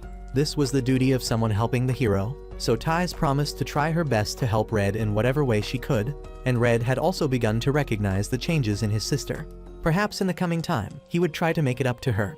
What Red didn't expect was that the demon Belial would dare to approach Rudy, and even invite her to try the demon drug. This made Red a bit worried. If Rudy continued to use the drug like that, would she have an overdose? Red wasn't too worried about this because Rudy had the hero's blessing to protect her, so temporarily nothing would happen. But to be sure, they should still ask the alchemist Godwin. So they all split up. Ties would go to the port to find more ingredients that Godwin requested, while Rit would go rent horses for Red to go to the elf forest. Meanwhile, Theodora's group had docked at Zoltan City. Since Albert was a wanted criminal, he was very afraid of being discovered by the residents, so Theodora had to cast a protection spell to divert attention from him. Theodora wanted to rent an inn near the port to scout the situation, but Ares refused. He didn't want to stay in such a shabby place, so he went into the town alone to find a better inn. Red was now also wandering around buying more things in the port, when he happened to run into Danon here. Theodora and Albert also recognized them immediately. However, she didn't want to reveal herself at this time, so she used invisibility magic to sit in a corner and listen to their conversation. Danon complained to Red that since he left the team, he and Ares had been constantly arguing. The hero team was about to disband. Without Red, they wouldn't be able to continue, so Danon hoped Red would return to continue adventuring with them. Red sighed and refused. He had already found his ideal here. Seeing this, Danon didn't force Red. He planned to stay in this city for a while to see how Red lived before deciding on the next direction. But when he knew Rudy was also present here, Danon immediately had a new goal. Rudy coming to this city must certainly mean something, so currently Danon still wanted to return to help her. Of course, how could he let Red leave so easily? Danon pulled Red to go with him. Meanwhile, at Ares' inn, Danon returned to find Ares and inform him that Rudy was present in this city. Ares' face changed color. He angrily cursed Red. After learning that Red was running a pharmacy in town, Ares immediately made Danon lead him there. The two went into the pharmacy but found no one there. Ares angrily shouted and destroyed the entire pharmacy, even the double bed that Red and Rit had bought. He took out a knife and slashed it to pieces. At this point, Danon spoke up to ask him, after such a fit of anger, what would he do next? What to do? Of course, Ares was determined to drive Red away. He had to do this so Red couldn't meet Rudy again. It seemed that the Danon with Ares was a fake, because the real Danon was currently on a mission. Danon had lost an arm due to being ambushed by Shisadin on the way to this town. Fortunately, with the help of residents, Danon was able to keep his life. Thanks to this, Danon had discovered that this Shisadin was disguising himself as an adventurer here. This made Red very surprised. How on earth was he still alive? Clearly, Red had seen with his own eyes Rudy stabbing him in the heart. But anyway, that wasn't the issue to worry about now. Danon patted Red's shoulder encouragingly, saying to just ignore it and let him resurrect as many times as he wanted. Anyway, the next time they met him, he would die. Right at this moment, a huge drake flew past in front of them. In a remote town like this, who would have the ability to control a drake? And it seemed to be heading towards the city. To be safe, Danon decided to split up. He would go find Rudy to protect her, while Red would continue his mission. After that, Red cast a speed-enhancing spell and rushed off, meeting Rit and Ties on the way. He reported that he had met Danon to Rit. Rit had already met Danon before, so Red pressed Rit to see if Danon had any differences, because the Danon who had just been with him had lost an arm. This was completely different from the Danon that Rit had met. Now Red understood. That guy had eaten one of Danon's arms, then disguised himself as Danon to meet Rit. It seemed he was targeting something in this town, and Red would certainly not let that happen. He had decided to hang up his sword, but this was an exception. He had to avenge Rit's master. Rit's determination also increased with Red's declarations. She decided just this once more. She would fight to protect the residents of Zoltan City. After separating from Rit, Red rushed like flying to the ancient relic. Rudy was fully capable of opening the door, but she was so lazy that she broke the door here, making Red have to find another way down. The Godwin guy was also being held here by Rudy. When asked by Red to call Rudy, Godwin immediately refused, using the excuse that he was too afraid of Rudy to do it. Red didn't care and broke the guy's arm as a warning. His scream rang out just as Rudy rushed to respond. Seeing Red standing here, she put away her sword, and Red led Rudy outside. After hearing the stories from Ties, Red specifically brought here a medicine to help the girl control her blessing. This made Rudy very confused as to why Red had to do this. Wasn't he always wanting to protect the world? Red smiled, patted her head encouragingly, and said he didn't do this for the world, but for his little sister. How could he stand by and watch his sister sad and suffering? With this medicine, it would suppress the hero's blessing, and until then, if Rudy wanted to abandon her hero identity, Red would fully support her. Rudy was moved and hugged her brother tightly. Now she had decided what she would do next. Meanwhile, the fake Danon had led Ares to the mountain behind the city. At this point, he revealed to Ares that Rudy was in the ancient elf relic. Ares went crazy and immediately wanted to go find Rudy without caring about right or wrong. As for Rit and Ties, they had now arrived to meet Rudy. What they needed to do now was to meet Godwin to ask more about that demon drug. Suddenly, Rudy stopped everyone and let them know.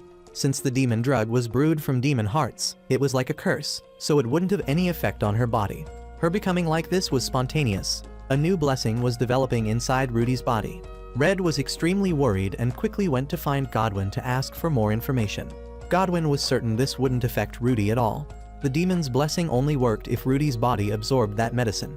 As for the spontaneous blessing in Rudy's body, since he didn't know what blessing it was, Godwin temporarily didn't think it would harm Rudy. Right at this moment, Ties discovered there was a loud noise outside.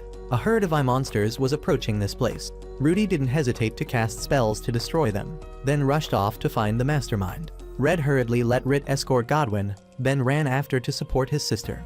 The troublemaker turned out to be Ares.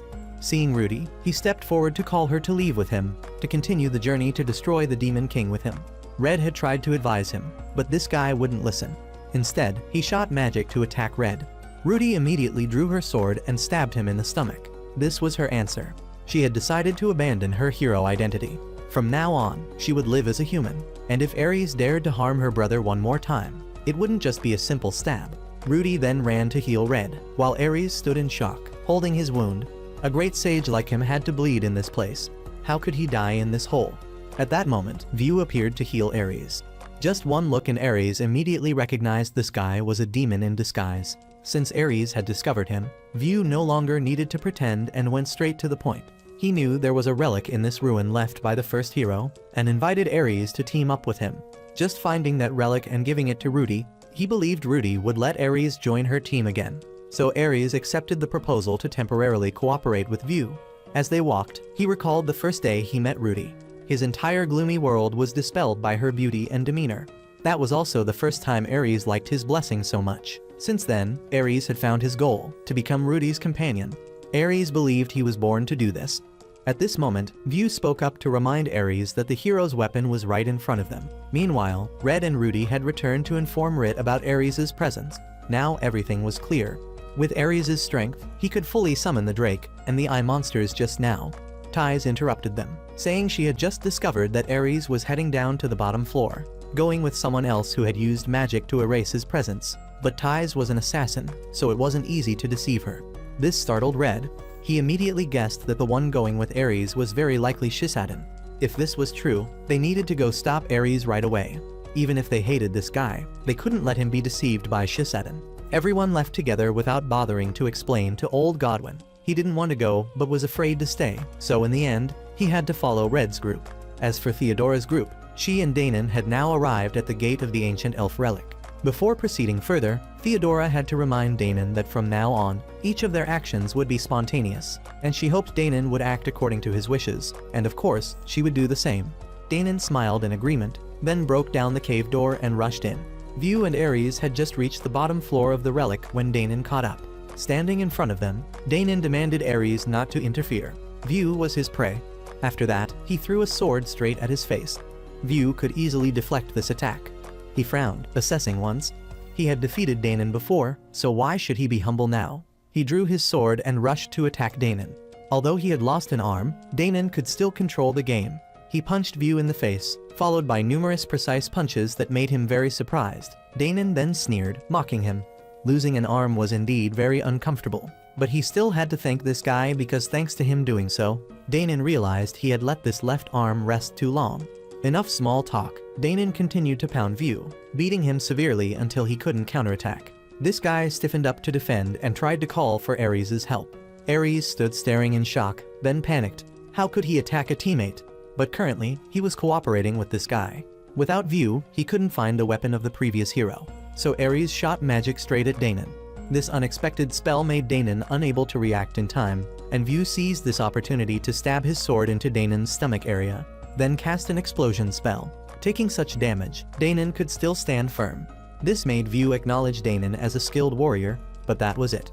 He shed his human disguise, returning to his demon form, and drew a knife to attack Danon. Danon had tried his best to break all of his swords, but this guy had too many arms and legs. He couldn't control them all, and in the end, still failed. Looking at Danon falling, Ares still didn't feel anything.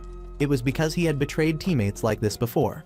After that, the two continued to open the final door of the relic. Appearing before them were 5 swords. Ares immediately recognized these were all holy demon-slaying swords. Shisaden then explained to Ares that the holy demon-slaying sword Rudy carried was a fake. The things in front of them were the real ones. To bring Rudy back required 2 things. First, Ares had to make Rudy hold the real sword. It would enhance Rudy's hero blessing, reducing the effect of the demon blessing in her body. Second, he had to take away Rudy's mental support, meaning he needed to eliminate Red. After explaining this, Shisaden handed Ares one of the holy demon-slaying swords. Outside, Red's group had also found the place. The door opened, and appearing before them was Rit's master. Rit immediately rushed to attack because she knew it was Shisaden in disguise. Red also drew his sword wanting to help, but Ares had cast a spell to stop him.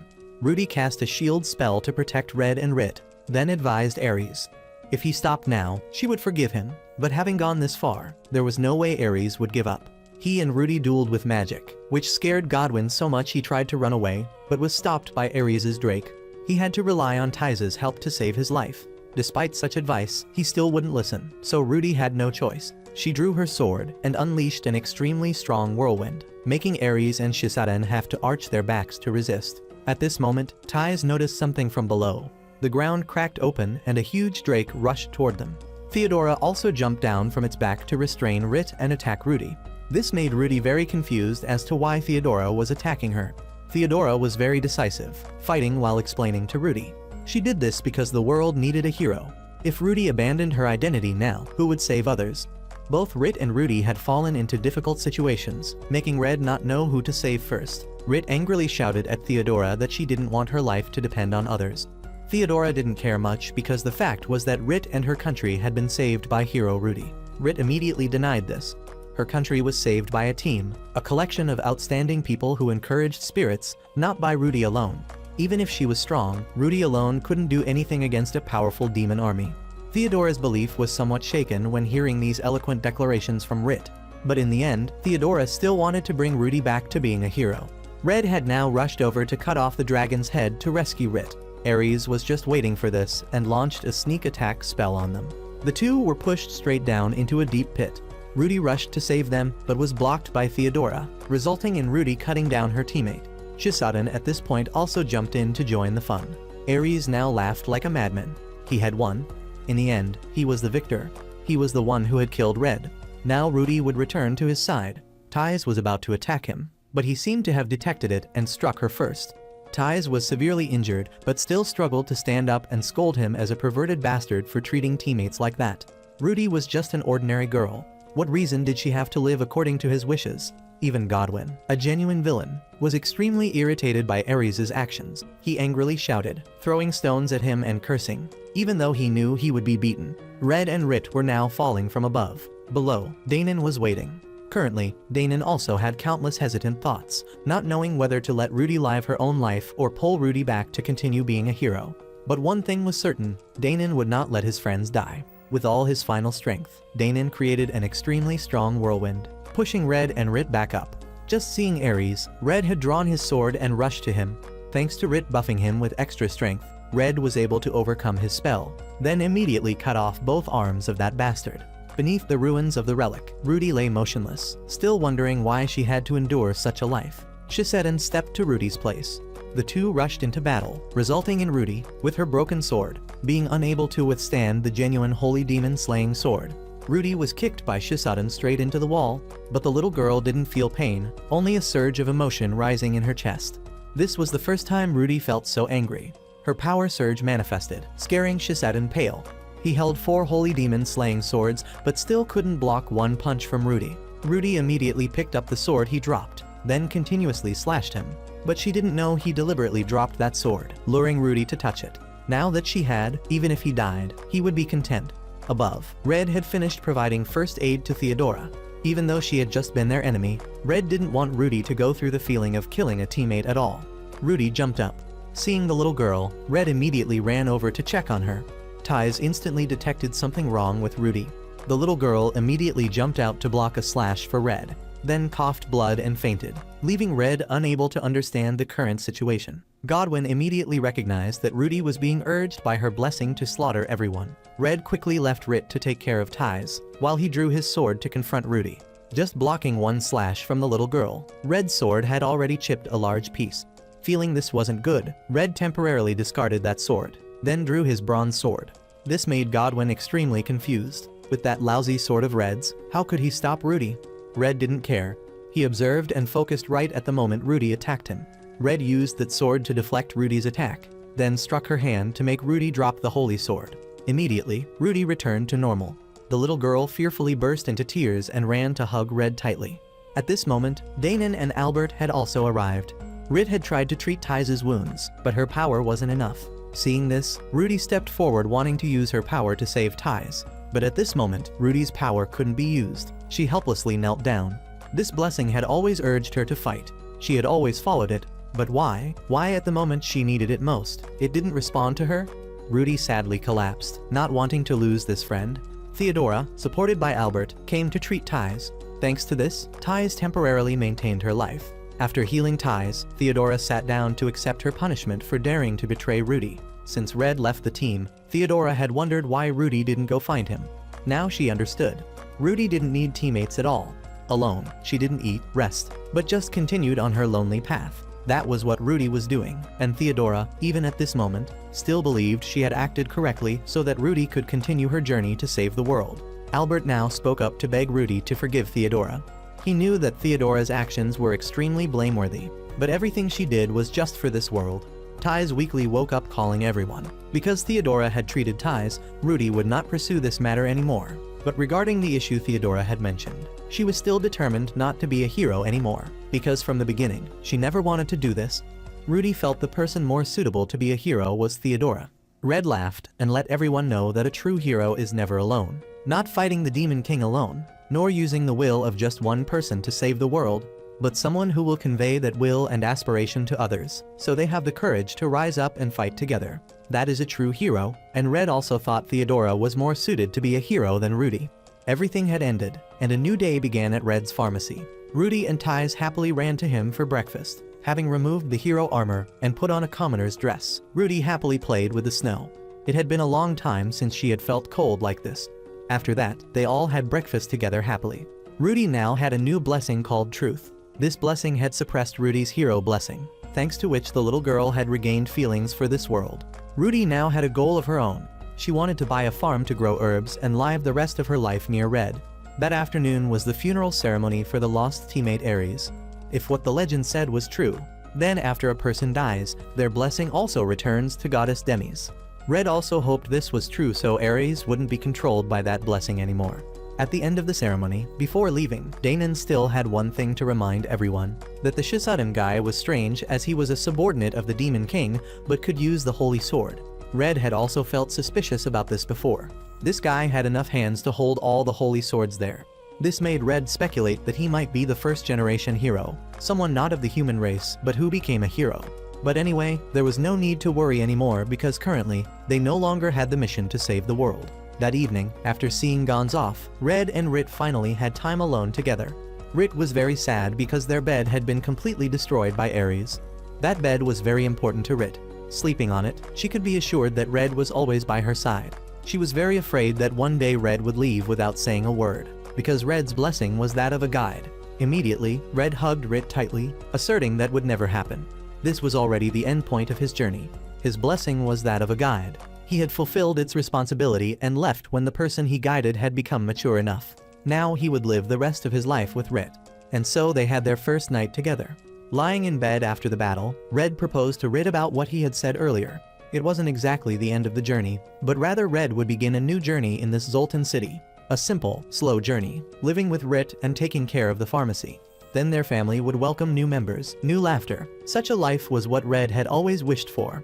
The next morning, Red yawned widely as he came downstairs and saw Rudy already waiting for him. The two went to the port together to play. Red bought Rudy the piece of jewelry he thought suited her best, making Rudy very happy. Then both went to eat together, walked around the town together, and afterward sat down to rest beside a stream. At this moment, Rudy shyly thanked Red. She had never thought there would come a day when she could live with Red like this, and even have new friends too. This life was truly wonderful. And so Rudy's leisurely life with Red at the frontier began. The following days were days of competing with Rit for Red. At this time, a sister from the Adventurers Guild had rushed over to ask Rudy to go defeat monsters, and Rudy had agreed immediately. Seeing Rudy so happy made Ties happy too. This was the face a hero should have, fighting for one's own will, not for the blessing, fighting, and she would always have a place to return to.